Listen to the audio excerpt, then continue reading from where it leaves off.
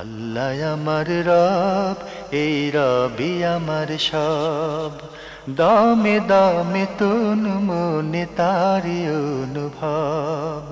তোমার দুনিয়াতে আমি যেদিকে তাকাই, অথই নিয়ামতে ডুবে আছি সবাই। পাক পাখালির গানে শুনি তসবি কলো রব, তসবি কলো রব। আল্লাহ আমার রব, এই রবি। আসসালামু আলাইকুম, আলহামদুলিল্লাহ, আসসালাতু ওয়াসসালামু আলা রাসূলিল্লাহ। প্রিয় দর্শক, আপনারা যারা দেশে আছেন প্রবাসে, সবাইকে জানাই অনেক অনেক প্রীতি ও শুভেচ্ছা। শুরু হলো অ্যান্টিবায়োটিক আয়োজিত অনুষ্ঠান আপনার জিজ্ঞাসা। আপনাদের সাথে আছি আমি জয়নুল আবেদিন আজাদ। আর আপনাদের মনে জাগা প্রশ্নের জিজ্ঞাসার জবাব দিচ্ছেন বিশিষ্ট আলেম ডক্টর মোহাম্মদ সাইফুল্লাহ। আসসালামু আলাইকুম ওয়া রাহমাতুল্লাহি ওয়া বারাকাতুহু। প্রিয় দর্শক, চলুন তাহলে জিজ্ঞাসার জগতে। শুরুতে একটি ইমেল পাঠিয়েছেন ফাহিম চৌধুরী, খিলগাঁও, ঢাকা থেকে। লিখেছেন, মুমিন ব্যক্তিরও কি মৃত্যুর সময় অনেক কষ্ট হয়, নাকি একেবারেই কষ্ট হবে না, নাকি হতেও পারে আবার নাও হতে পারে? বিষয়টি একটু বুঝিয়ে বলবেন। ধন্যবাদ, খুবই গুরুত্বপূর্ণ একটি প্রশ্ন করেছেন। ওয়াজাআত সাকরাতুল মাউত বিল হক যালিকা মা কুনতা মিনহু তাহিদ। আল্লাহ সুবহানাহু ওয়া তাআলা কোরআন কারীমে সূরা কাফের মধ্যে বলেছেন যে সাকরাতুল মাউত আসবেই, মৃত্যুর যে যন্ত্রণা বা কষ্ট আছে এটি অবধারিত একটি বিষয়। কারো হয়তো কম হবে, কারো বেশি হবে, কিন্তু অবশ্যই সাকরাতুল মাউত, মৃত্যুর যে যন্ত্রণা, মৃত্যুর যে কষ্ট, সে কষ্ট আসবেই। বাকি আমরা দেখি রাসূলুল্লাহ সাল্লাল্লাহু আলাইহি ওয়াসাল্লাম হাদিস থেকে ওটা প্রমাণিত। আল্লাহ হাবিব সাল্লাল্লাহু আলাইহি ওয়াসাল্লাম সহিহ বুখারী হাদিসের মধ্যে এসেছে, উম্মুল মুমিনিন আয়েশা রাদিয়াল্লাহু আনহা বর্ণনা করেছেন, তিনি বলেছেন যে রাসূলুল্লাহ সাল্লাল্লাহু আলাইহি ওয়াসাল্লাম মৃত্যুর শয্যায় যখন শায়িত, রাসূলুল্লাহ সাল্লাল্লাহু আলাইহি ওয়াসাল্লাম অজ্ঞান হয়ে যাচ্ছিলেন। রাসূলুল্লাহ সাল্লাল্লাহু আলাইহি ওয়াসাল্লাম সামনে ছিল একটি পানির পাত্র। রাসূল সাল্লাল্লাহু আলাইহি ওয়াসাল্লাম পানির পাত্র হাত দিয়ে পানির পাত্র থেকে মুখ মুছতেছিলেন, ঘর্মাক্ত হয়ে যাচ্ছিলেন, এবং রাসূলুল্লাহ সাল্লাল্লাহু আলাইহি ওয়াসাল্লাম বারবার কথা বলতেছিলেন, লা ইলাহা ইল্লাল্লাহ ইন্না লিল মাউতি সাকারাত, লা ইলাহা ইল্লাল্লাহ ইন্না লিল মাউতি সাকারাত। আল্লাহ তাআলা ছাড়া কোনো ইলাহ নেই, কোনো মাবুদ নেই, এবং নিশ্চয়ই মৃত্যুর সাকারাত রয়েছে, কষ্ট রয়েছে। যদি আল্লাহ হাবিব সাল্লাল্লাহু আলাইহি ওয়াসাল্লাম, যিনি আল্লাহ রাব্বুল আলামিনের কাছে এত প্রিয়, এত কাছের মানুষ, যদি তারও মৃত্যুর কষ্ট হয়, তাহলে প্রশ্নই আসে না যে মানুষদের মধ্যে কেউ একেবারেই কষ্টহীনভাবে কোনো ধরনের সাকারাত ছাড়া কারো মৃত্যু হয়ে যাবে, একথা সঠিক নয়, একথা সঠিক নয়। বাকি সাকারাতের মাত্রা কারো বেশি হবে, কারো কম হবে, তবে অবশ্যই একটু না একটু কষ্ট থাকবেই। কারণ মৃত্যুটা হচ্ছে এই দেহ থেকে আপনার রূহকে বের করে নেওয়া হবে, আর দেহের প্রত্যেকটি সেল, নার্ভ, প্রত্যেকটি অংশের সাথে রুহের তাআল্লুক রয়েছে, সম্পর্ক রয়েছে। তো রুহ এখান থেকে বের হতে হলে প্রত্যেকটা অংশ থেকে বেরিয়ে আসতে হবে না? তো বেরিয়ে আসবে কিভাবে? খুব ভালো করে খেয়াল করুন। যুক্ত ছিলেন, এখন বিযুক্ত করতে হবে।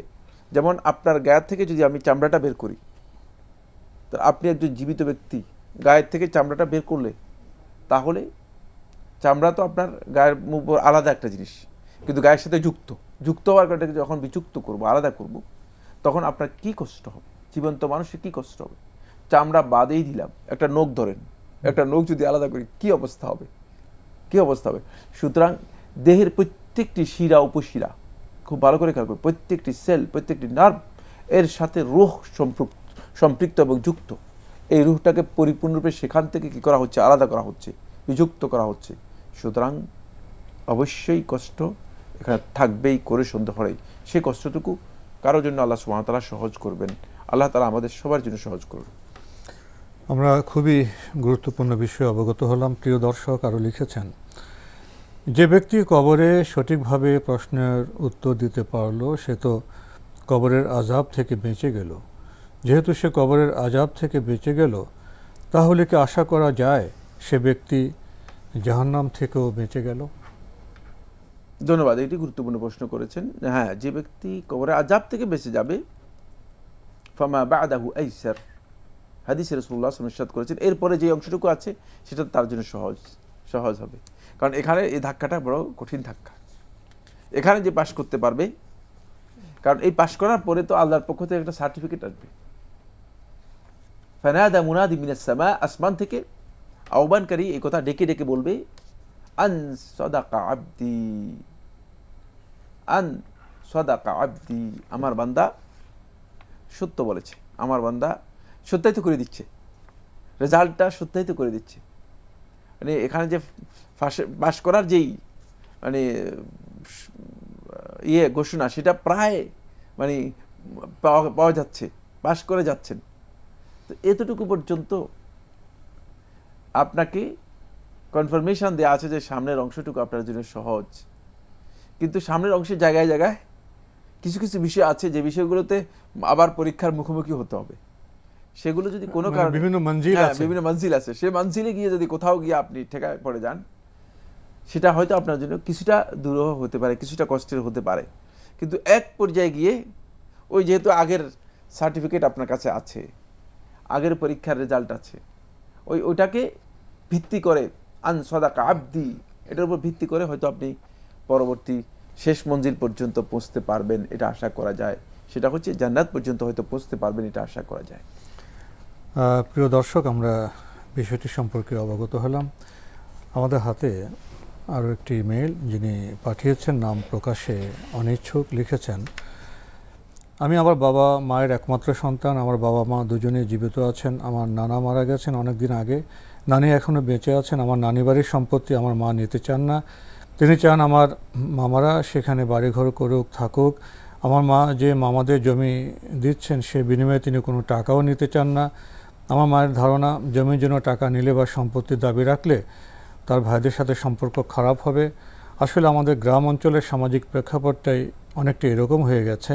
আমার মায়ের তার সম্পত্তি নিয়ে এই সিদ্ধান্তে আমার বাবা নিরপেক্ষ ভূমিকা পালন করেন, অর্থাৎ হাঁ বা না কিছুই বলেন না। তবে আমি আমার মায়ের সিদ্ধান্তে অসন্তুষ্ট হই এবং তাকে জমির দাবি না ছাড়তে বলি। আমার মাকে আমি অনেকবার বিষয়টি বোঝানোর চেষ্টা করেছি, কিন্তু তিনি বুঝতে চান না।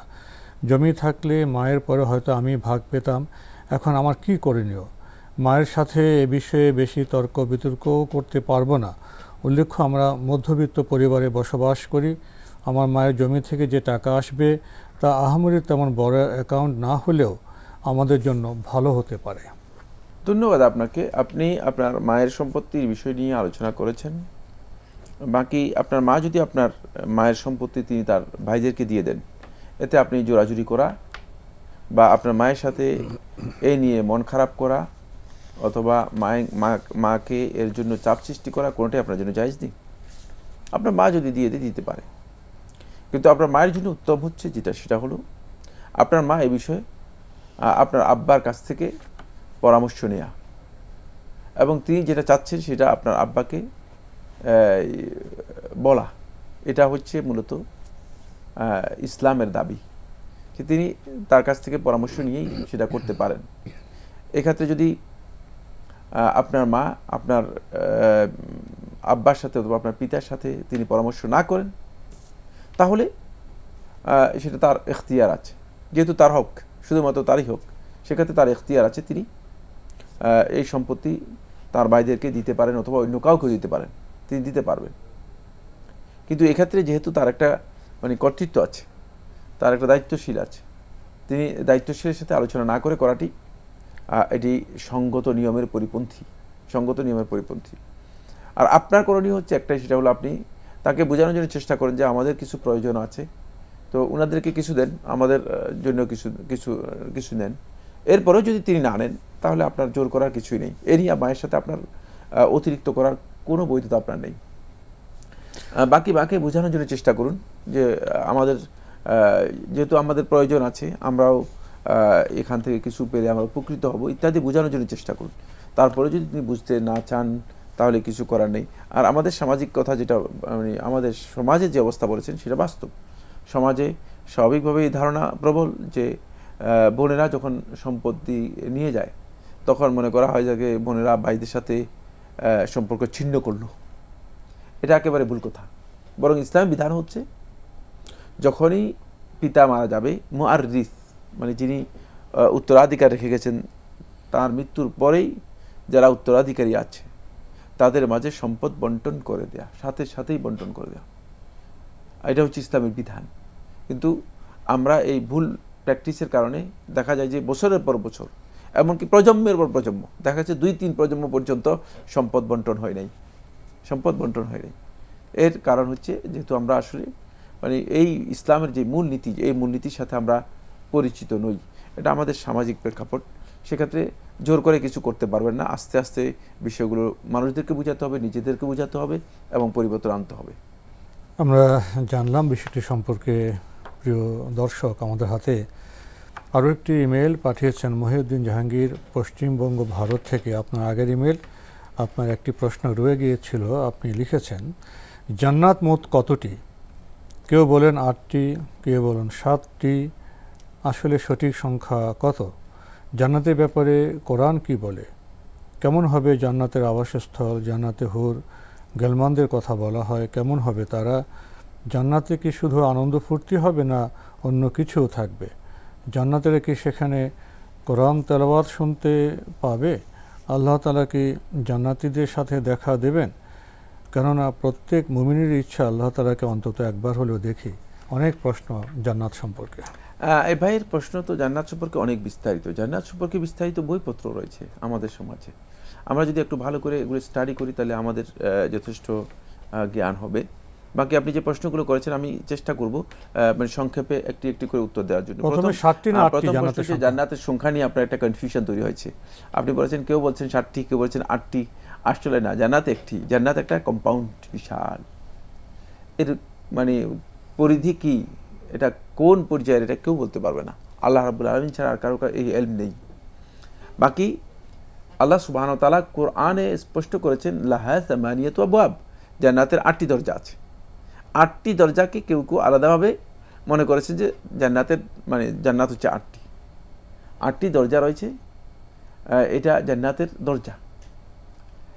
জান্নাত হচ্ছে একটি, কিন্তু জান্নাতের দারাজাত রয়েছে,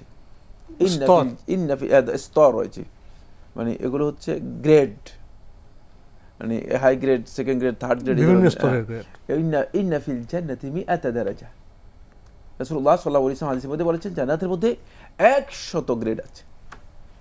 এই 100 গ্রেড এর মধ্যেও কথা আছে, মানে কথা আছে এই জায়গায় যে এই 100 গ্রেড মানে কি সুনির্দিষ্ট ব্যক্তিদের জন্য, নাকি আসলে কমন গ্রেডের সংখ্যা 100 বলা হয়েছে, সেখানে মানে দীর্ঘ বক্তব্য রয়েছে। বাকি জান্নাতের এই গ্রেডগুলোর মধ্যে এই একটি, যেটি একেবারে আউসাতুল জান্নাহ, আলাল জান্নাহ, জান্নাতের একেবারে মাঝখানে সর্বোচ্চ গ্রেডে যেটা আছে সেটা হচ্ছে জান্নাতুল ফিরদাউস। আল ফিরদাউসুল আ'লা বলা হয় তাকে। ফিরদাউস এই গ্রেড, এটা আলাদা করে জান্নাত না। এগুলো যেমন আপনি যদি একটা বাড়ি করেন, এটা যদি 12 তলা বিশিষ্ট হয়। আমাদের সবারই তো অনিষ্ট জান্নাত। কত প্রশ্ন জান্নাত সম্পর্কে। আপনি বলছিলেন জান্নাতের গ্রেড সম্পর্কে। হ্যাঁ, জান্নাতের গ্রেড সম্পর্কে বোঝানোর জন্য একটি উদাহরণ দিচ্ছিলাম, যদি উদাহরণটা মানে এভাবে হাদিসে আসেনি। সেটা হলো যেমন কোনো ব্যক্তি যদি 12 তলা একটা বিল্ডিং করেন, মানে তিনি এ কথা বলতে পারেন যে আমি 12টা বাড়ি করেছি। এটা মানে এক সেন্সে অবৈধ নয়, কারণ বাড়ি তো আসলে কিন্তু হবে একটি ভবন, একটি প্রাসাদ ভবনে। জি, মানে এ কথা বলতে পারেন যে আমি 12টা বাড়ি করেছি, আবার এ কথা বলতে পারেন যে না, আমার একটা বাড়ি আছে, এটার 12 তলা বিশিষ্ট। জান্নাতটা হচ্ছে এই পরে, এটা একটা কম্পাউন্ড, একটি ভবন, একটি পরিপূর্ণ বিশাল আল্লাহ রাব্বুল আলামিনের একটা সৃষ্টি, যেটা আল্লাহ সুবহানাহু ওয়া তাআলা উইদ্দাত লিল মুত্তাকিন, মুত্তাকিদের জন্য আল্লাহ তাআলা প্রস্তুত করে রেখেছেন।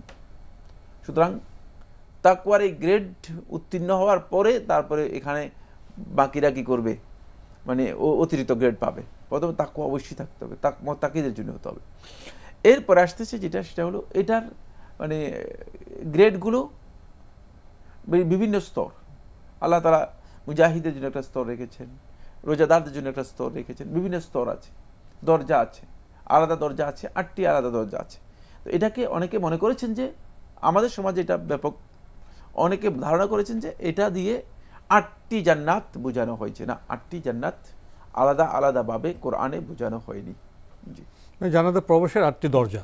জি, আরেকটি বিষয় জানতে চেয়েছেন যে আবাস স্থল হিসেবে জান্নাতের রূপটা কেমন? এর রূপ বর্ণনা করা বা প্রকৃতি বর্ণনা করা এটি হচ্ছে একেবারে ধৃষ্টতা ছাড়া আর কিছুই নয়। কারণ জান্নাতকে আল্লাহ সুবহানাহু ওয়া তাআলা আমাদের কাছে জান্নাতের বিবরণ দিয়েছেন, কিন্তু হাকিকত আল্লাহ রাব্বুল আলামিন শুধুই জানেন। আর যখন আমরা জান্নাতে যাব ইনশাআল্লাহ, তখন হয়তো আমরা এই হাকিকত জানতে পারবো। রাসূলুল্লাহ সাল্লাল্লাহু আলাইহি ওয়াসাল্লাম এটাকে যাতে করে আমরা উপলব্ধি করতে পারি, বুঝতে পারি।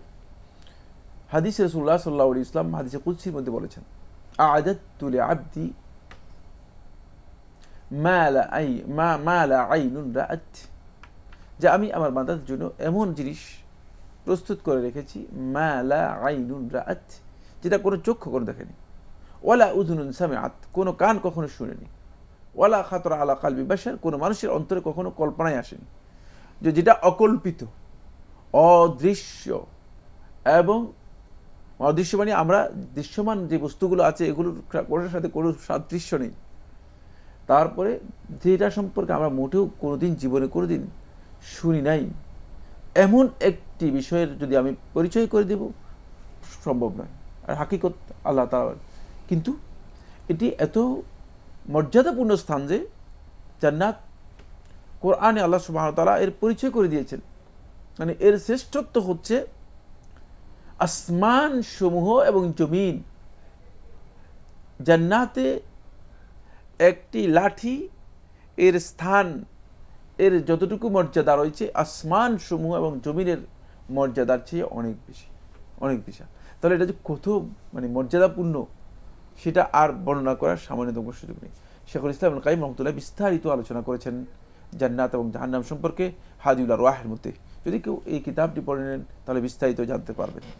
অনেকে মনে করেন যে জান্নাত হলো সব পেয়েছি দেশ, সেখানে কোনো আকাঙ্ক্ষা অপূর্ণ থাকবে না, যা চাওয়া হবে তাই পাওয়া হবে, সে আবাসস্থল, এরকমই তো? অবশ্যই, মানে অপূর্ণ যা চাইবে তা তো পাবেই, বরং যা তারা মনে করবে সেটাও তাদের জন্য জান্নাতে প্রস্তুত থাকবে। জি, আরেকটি বিষয় জানতে চেয়েছেন, জান্নাতে যে হুর এবং গেলমানদের কথা শোনা হয়, তাদের পরিচয় সম্পর্কে, তারা কারা? এগুলো আল্লাহর সৃষ্টি। হুর হচ্ছে নারী, যারা জান্নাতের সার্ভিসের জন্য কাজ করবে, আর সেবিকা হিসেবে কাজ করবে। আর গেলমান বা ওয়েলদান বলা হয়েছে, ওয়েলদানুল মুখাল্লাদুন, মানে একেবারে তরুণ, চিরতরুণ, মানে এরাও সেবক হিসেবে কাজ করবে। এদেরকে আল্লাহ সুবহানাহু ওয়া তাআলা বলেছেন যে কাল্লু উলু ওয়াল মারজান, দেখতে মনে হবে যেন কাল্লু উলু ওয়াল মারজান, একেবারে মুক্তা, মানে মণিমুক্তার মতো, তার মানে খুবই উজ্জ্বল শুভ্র চকচক চকচক করছে।